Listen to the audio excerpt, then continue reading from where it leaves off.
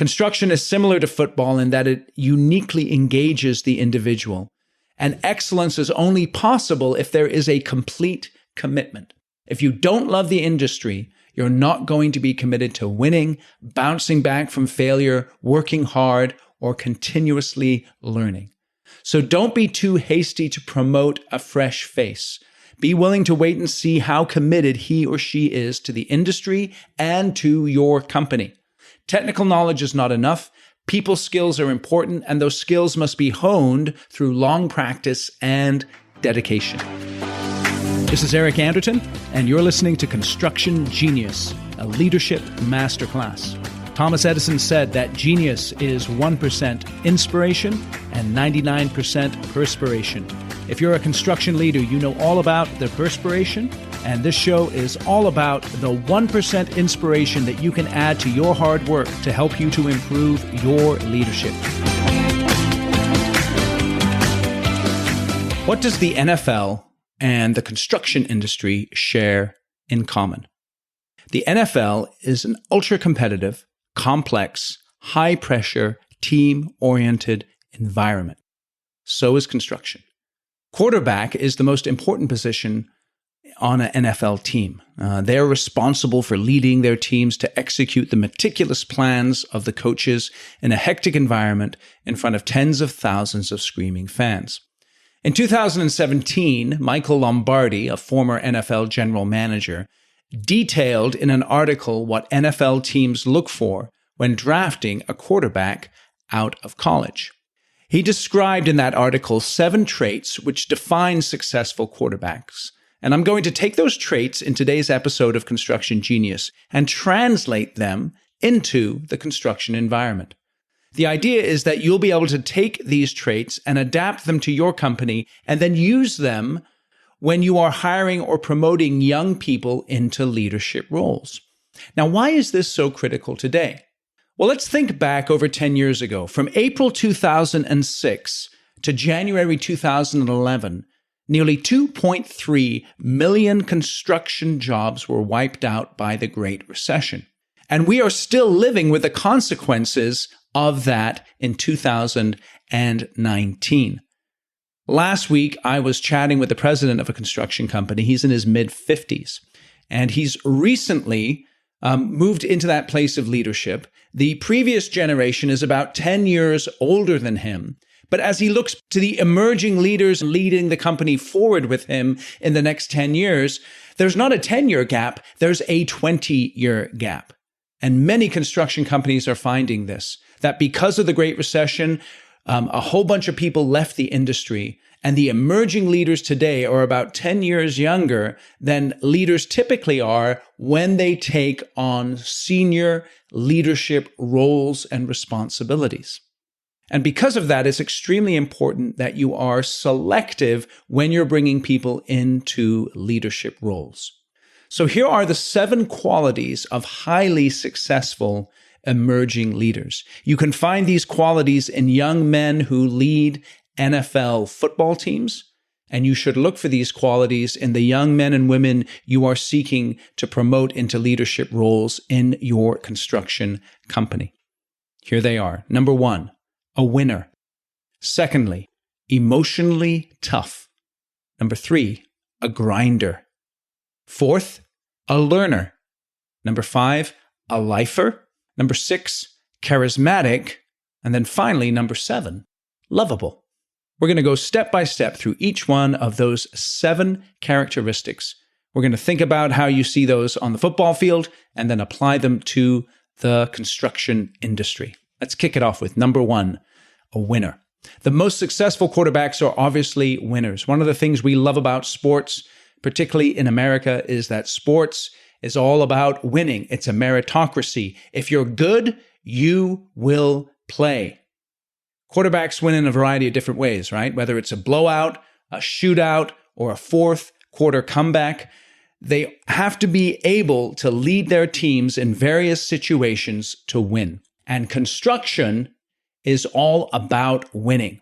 You battle your competition to win projects. You compete against yourself and sometimes others as you collaborate with project partners to execute projects on time, under budget, safely, and excellently. In your weekly project meetings, you track a variety of metrics that tell you if you're winning or losing. You know if you're making money or if profit is fading. And before you promote anyone into a leadership role, when you're considering whether or not you should move the person into that place of responsibility, ask yourself questions like this. How many times have they played from behind? Have they ever been given a terrible project and turned a bunch of lemons into some lemonade? Have they been involved in a tough project that was behind schedule or over budget or afflicted by quality issues? And did they step in there with a positive attitude, a winning mentality, and turn things around? How many times have they built a relationship that has directly led to you winning a project where you weren't the first option at the beginning of the process? How many times have they confronted a subcontractor or general contractor that is not fulfilling their contractual obligations? Have they ever looked an owner in the eye, if necessary, and asked for what your company is rightly owed? Have they ever been challenged with a variety of projects that give them a deep feel, not just an intellectual understanding of what it takes to succeed in your organization? Bottom line is this: have they demonstrated the ability to consistently win?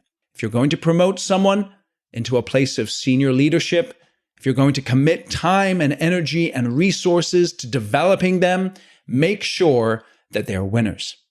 Secondly, they must be emotionally tough.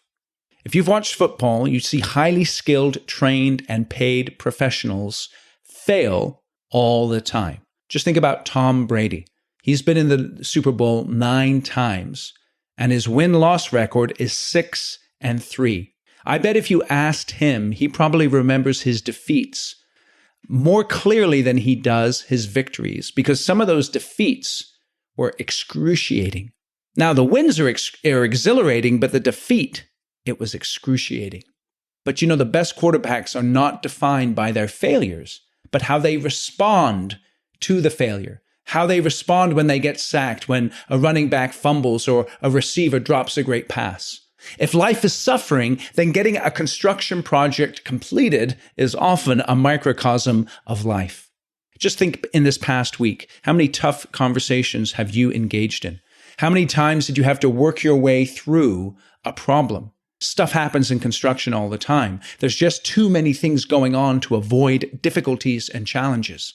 How do your emerging leaders in your organization respond in a crisis? Do they blow up at their teammates or project partners or customers? Do they run away and hide behind email, hoping that just a paper trail will save them? Do they waffle, stuck between decisions, afraid to make a call?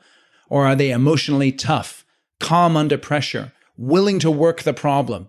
Are they positively humble? Do they admit when they're wrong? Or do they descend into self-pity and blaming others? The third quality of a highly successful young leader is that they're a grinder. NFL quarterbacks work extremely hard. At least the successful ones do. They don't just show up on game day.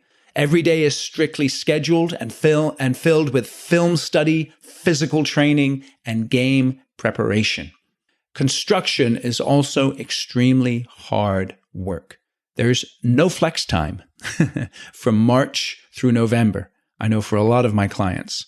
Leaders must be willing to start early, stay late, and dedicate themselves to the success of every project.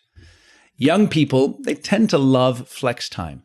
And maybe there's some flex time available in the winter, but from March to November, spring to early winter, they better be ready to grind 10, 12-hour days, week after week, if necessary.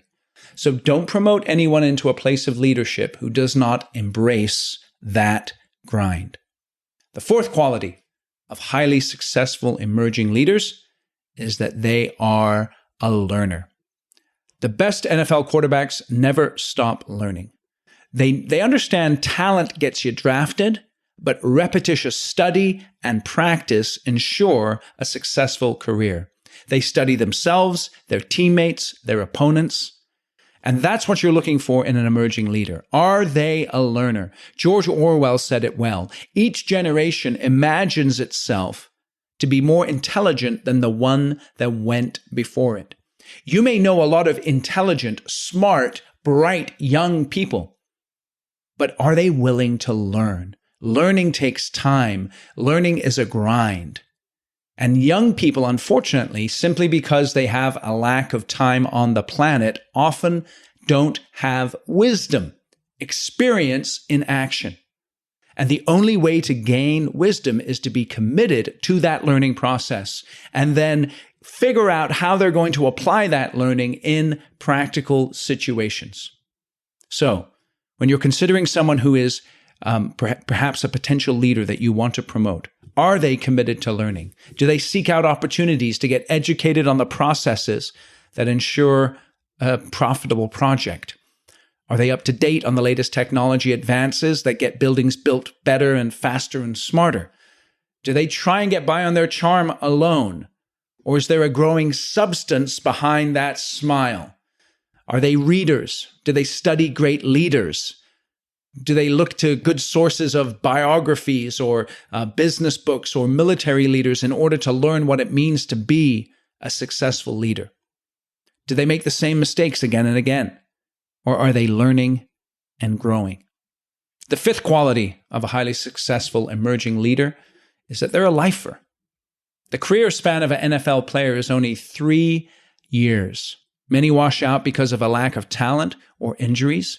And some just can't sustain excellence over a long period of time. They don't have the passion for the game necessary to enjoy a long career. And in construction, you can't fake your passion for long. Construction is similar to football in that it uniquely engages the individual. And excellence is only possible if there is a complete commitment. If you don't love the industry, you're not going to be committed to winning, bouncing back from failure, working hard, or continuously learning. So don't be too hasty to promote a fresh face. Be willing to wait and see how committed he or she is to the industry and to your company. Technical knowledge is not enough. People skills are important, and those skills must be honed through long practice and dedication. The sixth quality is charisma. This one's very, very interesting. Most successful NFL quarterbacks, they possess the it factor. They're the guy that you look at when they walk in the room, right? And the room goes quiet or everybody pays attention to them. They have to if they're going to lead a group of people from diverse backgrounds in the demanding environment of professional sports. They have to be able to command the huddle on the field and the respect of their teammates in the locker room. In the same way, construction leaders must have a degree of charisma. They have to be able to rally the troops when they go onto the job site, inspiring them with a love of the game. Genuine charisma that positively impacts other people is rooted in 4 things. Those 4 things are competence, confidence, clarity, and care. Competence. This is something that can't be faked. It takes years of dedication to the craft of construction and the art of leadership to develop a level of competence that inspires others. Confidence. The truly competent have an easy confidence that produces calm in the midst of difficulty and challenge. Look for confidence that doesn't delight in its ability, but rather in the positive impact that ability has on others. The next aspect of charisma is clarity. When someone lacks competence and confidence, it's unlikely they'll be able to lead with clarity. But when someone is competent and confident, they apply that to the problems the team faces, providing clear vision, direction, and instruction that enables other people to excel. And then the last aspect of charisma is care. Construction, at the end of the day, is all about people, relationships, and communication.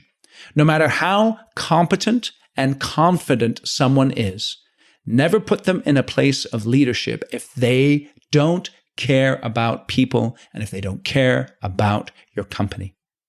To care about others is to be willing to apply all their skill and knowledge that a person has for the benefit of the people that they lead and for the organization as a whole. It means having a laser focus on the growth and performance of employees and on the satisfaction of the client. And the final quality of highly successful emerging leaders is that they are lovable. How many times have you seen a teammate embrace a quarterback after a dramatic victory and say, "I love you, man"? If someone's a winner, if they're emotionally tough, if they're a grinder, if they're a learner, if they're a lifer, and if they're charismatic, they will be lovable. They will inspire and deserve the affection and commitment of others. Now, it's important when you're thinking about those emerging leaders that you may position in critical roles in your organization, that you're going to dedicate time to developing. Don't trust yourself to know whether someone you have targeted for a place of leadership is beloved of the people that they work with, or is respected by those people.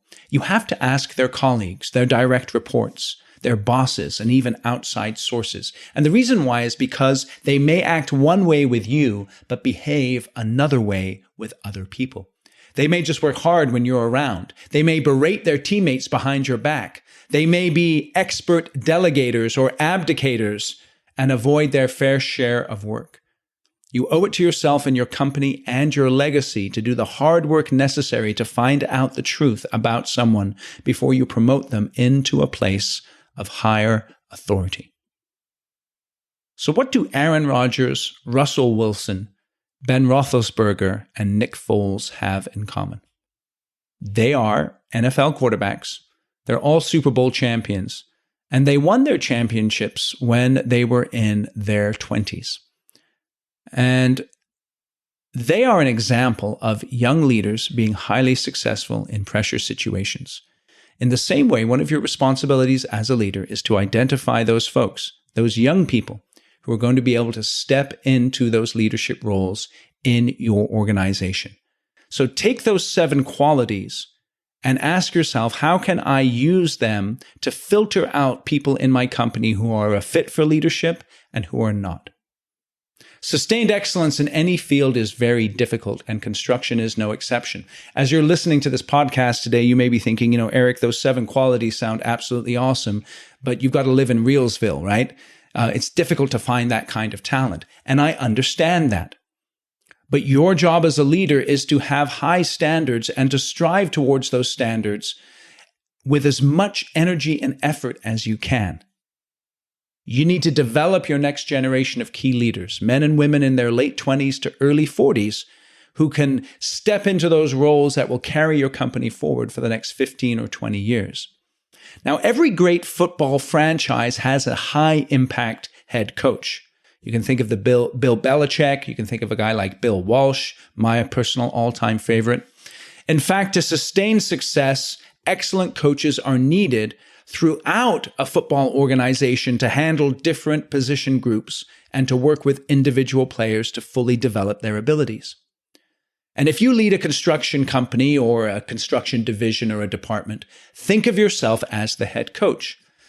And when you're considering who you might promote into these leadership roles, one of your jobs is to provide those folks with coaching. So let me give you a little coaching framework that you can use practically with some of the people that you're thinking about promoting.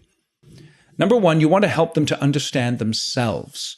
And that's why getting a good assessment is absolutely essential. There's a lot of them out there, but there's only a few really good ones that I recommend. And I would encourage you to look into assessments so that people can understand things like how they think, how they behave, and what they like to do. Number 2, help them to see how others perceive them. The way you do that is by using a 360. And again, there's tons of 360 tools out there, but I'm going to give you a very simple way to conduct a 360. Have an outside party contact the peers, the direct reports, the bosses, and even people outside of the organization of the person that you're coaching. And have that person ask 3 questions. Number 1, what are the things that this emerging leader does best? Number 2, what is one thing that the emerging leader can do better? And the third question is, what other advice do you have to help the emerging leader be more successful and perform better? This is a 360 process I've used for my clients over the years. It's extremely powerful because I'm able to isolate one or two behaviors using this 360 that really make the difference when people focus in on changing those behaviors, and it helps them to improve their leadership impact. The third thing you want to do after the 360 is give them a tool to clearly lay out how they're going to be successful, where they can talk about what their mission is and their vision, their values, what their edge is, what makes them successful in their role, what their initiatives are, what their development opportunities are. You want to be able to have them sit down with pen to paper and describe what success in their role looks like. If you lead a construction company, the main thing that you're responsible for is developing and retaining the talent that drives your financial results. And you don't necessarily have the bandwidth to individually coach each person who you would consider to be an emerging leader. So it may benefit you at times to get outside help. Your up-and-comers need to rapidly gain a deep grasp of the art of leadership, how to communicate with a diverse workforce, build teams, manage conflict, delegate, hold people accountable, utilize their time effectively, think strategically. All of these things they need to learn can be aided by having an outside coach come in and help them.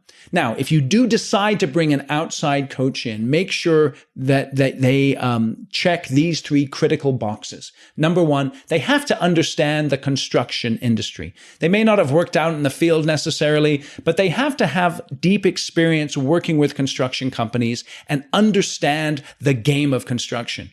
Number two, they have to fit with the values and the culture of your organization. If you guys are hard charging and driving and you bring in someone who's very nurturing and sort of understanding, but it's not quite your culture, it's not going to fit with the way you want to bring your leaders along. And then number three, you want to make sure they're a personal fit with the person being coached. And that's one thing I found over the years working with construction leaders is that if that personal fit isn't there, then there's no point in engaging in a relationship. So make sure if you bring someone from the outside that they know what they're talking about when it comes to construction, they're a fit with the values of your organization, and they're a fit with the person being coached. So I really appreciate you listening to this episode of Construction Genius today. As a bonus, I have a free ebook version of this podcast available. I'm going to put a link to that ebook in the show notes and on my website. So if you'd like to grab that, feel free to just click the link and download the ebook. Thank you for listening to this episode of Construction Genius. Hope you found that 1% of inspiration to help you in the next few days. If you like the show, please give us a 5-star review on iTunes, share it with other construction leaders who you think would benefit, and always remember that the show is brought to you by Kick-Ass Meetings. I've been working with construction leaders since 2004, teaching them how to run extremely effective problem-solving meetings that gets their people collaborating, taps into their creativity. And to get yourself a free copy of the Kick-Ass Meeting Report, go to www.ericanderton.com/kickassmeetings. Grab yourself that free report, read it, use it in your business. You'll find it extremely useful. And thanks again for listening.